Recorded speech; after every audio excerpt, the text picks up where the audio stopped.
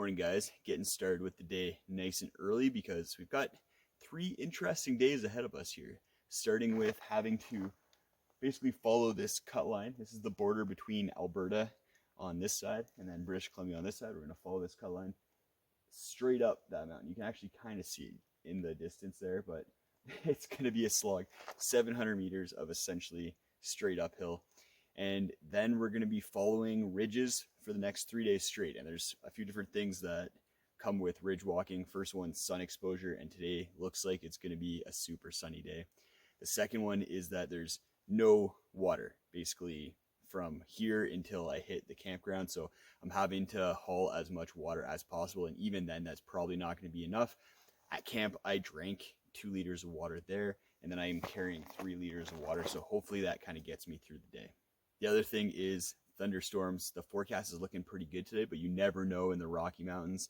A thunderstorm could roll in at any time, and it's really tough to bail off the mountain. If I bail off of here, then that's going to add probably a day onto my trip, which isn't great because I have all my permits booked and I'm locked into a bit of a schedule. And I don't know how I forgot this, but one of the best parts about ridge walks and why I'm doing this is that you get some pretty epic views up there.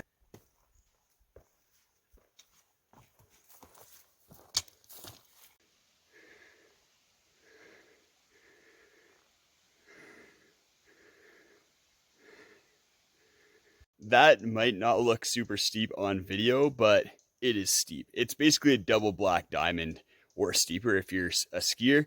It's 400 meters of elevation gain over the course of 800 meters. So 2-to-1 slope, that is steep. So I've just been doing giant switchbacks, going across and back across and over. I haven't been staying within the cut line because it's just too steep to come straight up. So it's better to make your own switchbacks, especially when it's so clear in this burnt forest. Almost at the top, time for the last little push.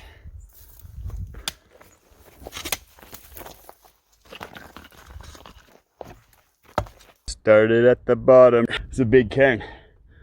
Whew. So that was a slog for sure.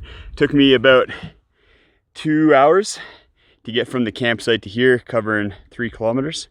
So not fast, but hopefully the rest of the ridge walk is a little bit faster. But even if it's not, we got a lot of time in the day because I started really early.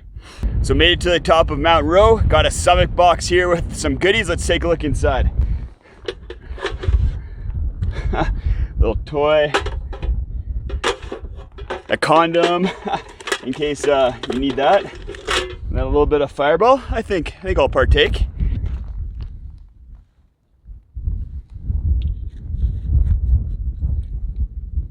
Cheers.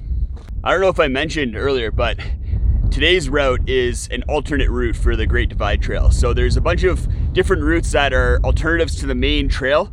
The main trail for the Great Divide Trail is actually down in this valley behind me here. And then the alternate route follows the ridge along here, basically for 15 or so kilometers. And I'm gonna be doing quite a few alternate routes on the Great Divide Trail.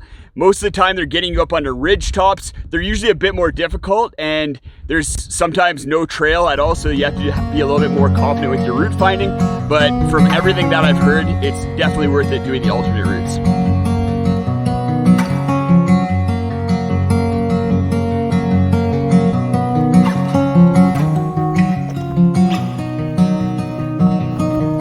So that's actually the main Great Divide Trail coming down right through here on that sketchy looking scree slope and then down into the valley down there.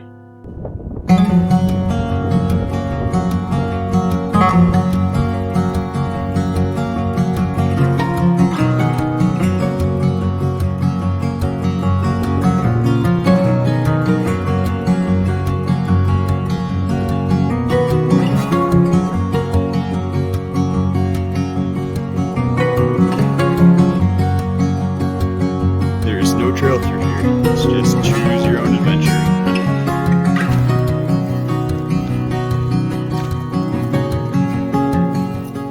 We'll be moving a little bit faster through here, but I also don't want to get injured. So if I was just doing this as a day hike, I'd probably be cruising pretty good. But because I still have another 34 days to hike. I'm taking my time and being very careful with my footing. So I've been following this goat trail, which is way off the route that I downloaded, but the problem is the goats can go through things that I can't, as well as they've been going along some pretty sketchy cliffs. So I've had to bushwhack in a little bit at some points because I have a significant fear of heights. This ridge is kicking my butt. I'm optimistic still, but I'm starting to have a little bit of doubt creep into me that I'm gonna be able to complete this quickly and safely. I still have to gain this peak right here, and then you drop a bunch of elevation, and then there's a lot of elevation gain, about 300, 400 meters to get to that peak right up there. After that, it's all downhill, but it's gonna be a big exposed slog to get up there. It looks like this is the last little bit of shade for a while, so I'm gonna take a break and eat lunch.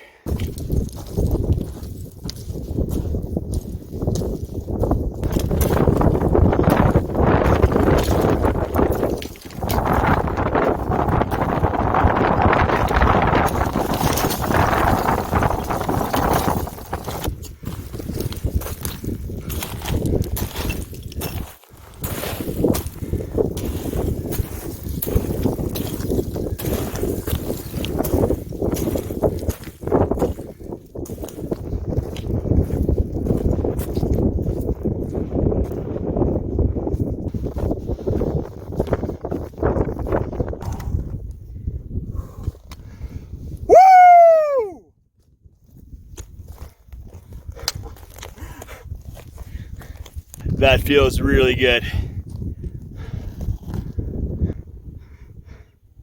Started that peak, came down, hit that peak, came down, hit this peak, came all the way up. Now we're at this peak. And it's all downhill from here. Gonna just follow the ridge down and then take a little cut down there to the campsite. I think I deserve another little swig.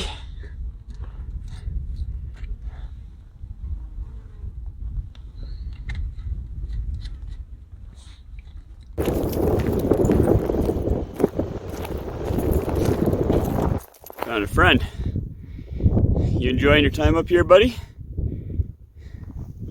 All right. Hopefully doesn't think I'm a threat, but look at that rack on that guy. Yeah, that's awesome. I'm heading off the ridge to reconnect with the Great Divide Trail on what looks to be a pretty nice, well-established trail. I'm pretty proud of myself for today. Pretty much the entire day was on a route with no trail whatsoever. So it was a lot of route finding, bushwhacking, scrambling, and I was doing all that with the sun beating down on me and very limited water. I am down to pretty much a mouthful of water now with about an hour to go until I hit Twin Lakes. But I'm really excited to hit Twin Lakes because I'm boiling hot, I am sweaty, and I'm gonna go jump in the lake.